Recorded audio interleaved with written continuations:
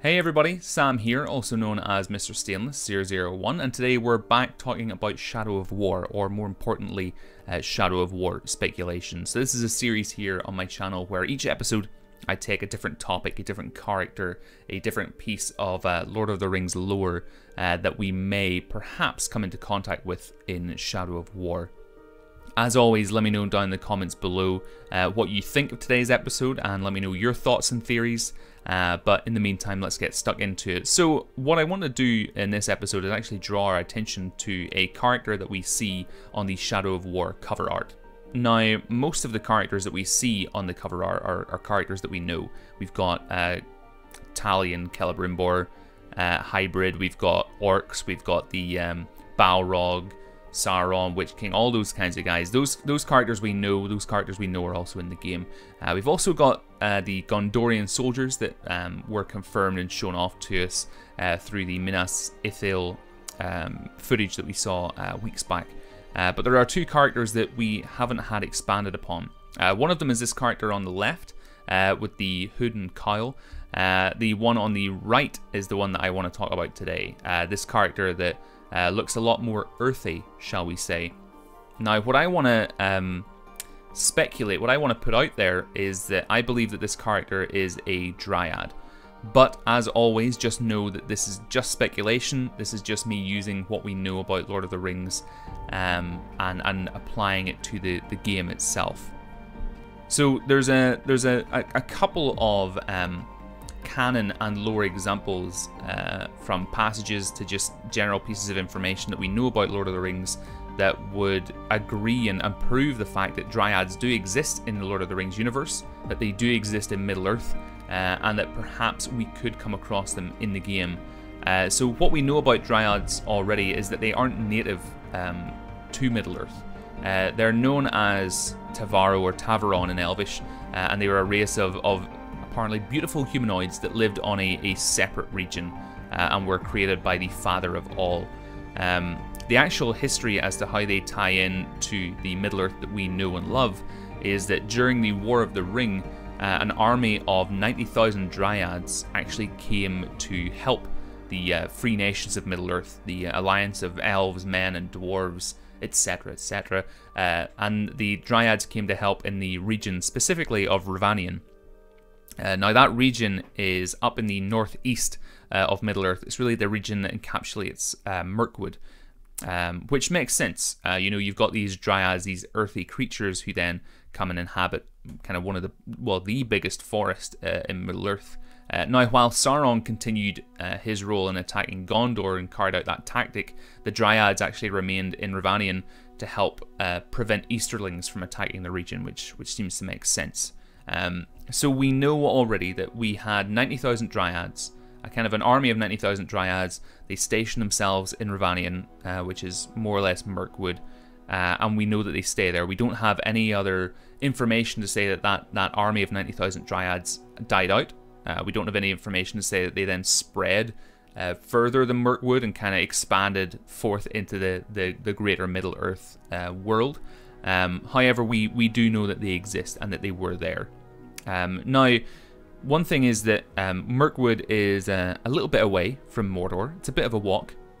So we know equally that, as far as we're aware, we won't be exploring Mirkwood in Shadow of War.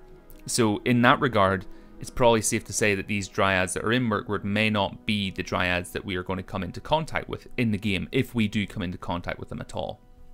Instead, there actually is an example of a Dryad force, or more importantly, a specific Dryad living on the borders of Mordor itself, and that is this is the Dryad who I think we are actually going to be coming into contact with in the game. So there is a reference to a kind of specific Dryad, and I'm going to murder their name here, a Dryad called Imperial. Now, Imperial was a protector that helped Ithilien, or attempted to help Ithilien, resist the shadow of Mordor. That's literally what it's referenced as, which is completely apt, given the fact that that was the name of the first game. Now, if you want to know where Ithilien is also known as Moonland. It's the easternmost province of Gondor. It's the only part of Gondor across the Great River Anduin, and it lay between that river and Mordor's Mountains of Shadow, also known as Ephel-Duath. Now, if you want to know where Ephel-Duath is, if you look at this map of Mordor, you can see here on the western mountain border of Mordor, there's Ephel-Duath, and right there is also Gondor. Now, that region itself is known as Ithilien. That would be the kind of ancient, or the old region of Ithilien where this famous Dryad existed, where this famous Dryad lived. Now, there is actually a quote from Return of the King in the chapter of Herbs and Stewed Rabbit that draws reference to this Dryad, and draws reference to Dryads themselves, and it says this: Ithilien, the garden of Gondor, now desolate, kept still a dishevelled Dryad loveliness. So what it's saying here is that Ithilien, although it's kind of falling into disrepair and it's succumbing to the power of the shadow, it is still keeping a dishevelled Dryad loveliness. It's still keeping some beauty of the Dryad or Dryads that lived here in this region. Now, what else we know about Imheriel is this. Her home was the land once called the Garden of Gondor, which we arguably could say is Ithilien itself. Abundant, beautiful Ithilien. When the shadow slowly crept into woods and meadows, despoiling trees and streams, she held on, clinging like the roots of the most tenacious shrubs, defying the taint by encouraging her land to bring forth colour and scent and fruit. Protecting the guardians in producing thickets for hiding, foliage for camouflage, rocks for shelter. The first time she saw him walking into the woods of Ithilien, she knew him for what he was, a champion to cherish and safeguard the land with endurance, courage and faith. Now, the guardians that they're drawing reference to, that is simply another name for the Northern Rangers. So arguably, basically what she's saying, or what the author is saying here, is that Imheriel, the Dryad, was creating grass, thicket, foliage for the Rangers to hide in, which makes complete sense. Now, the conclusion that we then draw to, we know now that Dryads exist in Middle-earth. We know that they existed in Mirkwood because of a force of 90,000 that came to help the Alliance during the War for Middle-earth. But we equally know that there was a specific Dryad called Imheriel that lived in Ithilien on the border of Mordor.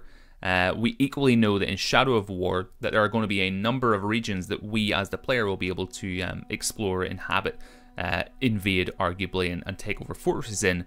It's not outside the realms of possibility to say that Ephel-Duath could be one of these regions, or that we will have access to a region that has Ephel-Duath in the region map itself.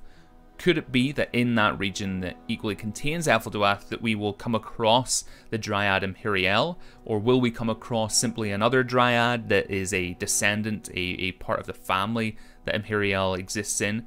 And perhaps it wouldn't be too much of a stretch to say that we as Talion will be able to use our Uruk force to help these Dryads reclaim Ithilien, or perhaps reinvigorate the region of Ithilien as well, and perhaps have some of these Dryads even join our own forces, join our own armies, and help us fight against Sauron himself. Folks, that is, I'm going to wrap it up there because there was a lot of information I've thrown at you today. But I found this quite interesting, kind of delving deeper into the possibility of having Dryads in Shadow of War. I would love to know what you guys think though, so if you agree with me, let me know down in the comments below. If you disagree with me, let me know down in the comments below as well. I'm always welcoming of your opinions and your theories as well. But folks, equally let me know if you have any theories about Shadow of War as well. If I think that any of them are interesting or have some weight to them, I will definitely be checking them out and see if I can find some lore and canon basis for them. But folks, in the meantime, if this is the first time you've came across my channel, I hope you feel welcome. Feel free to hit that subscribe button. You'll be kept up to date of when new videos go live. But in the meantime, hope you're all having a great week, and I'll speak to you soon.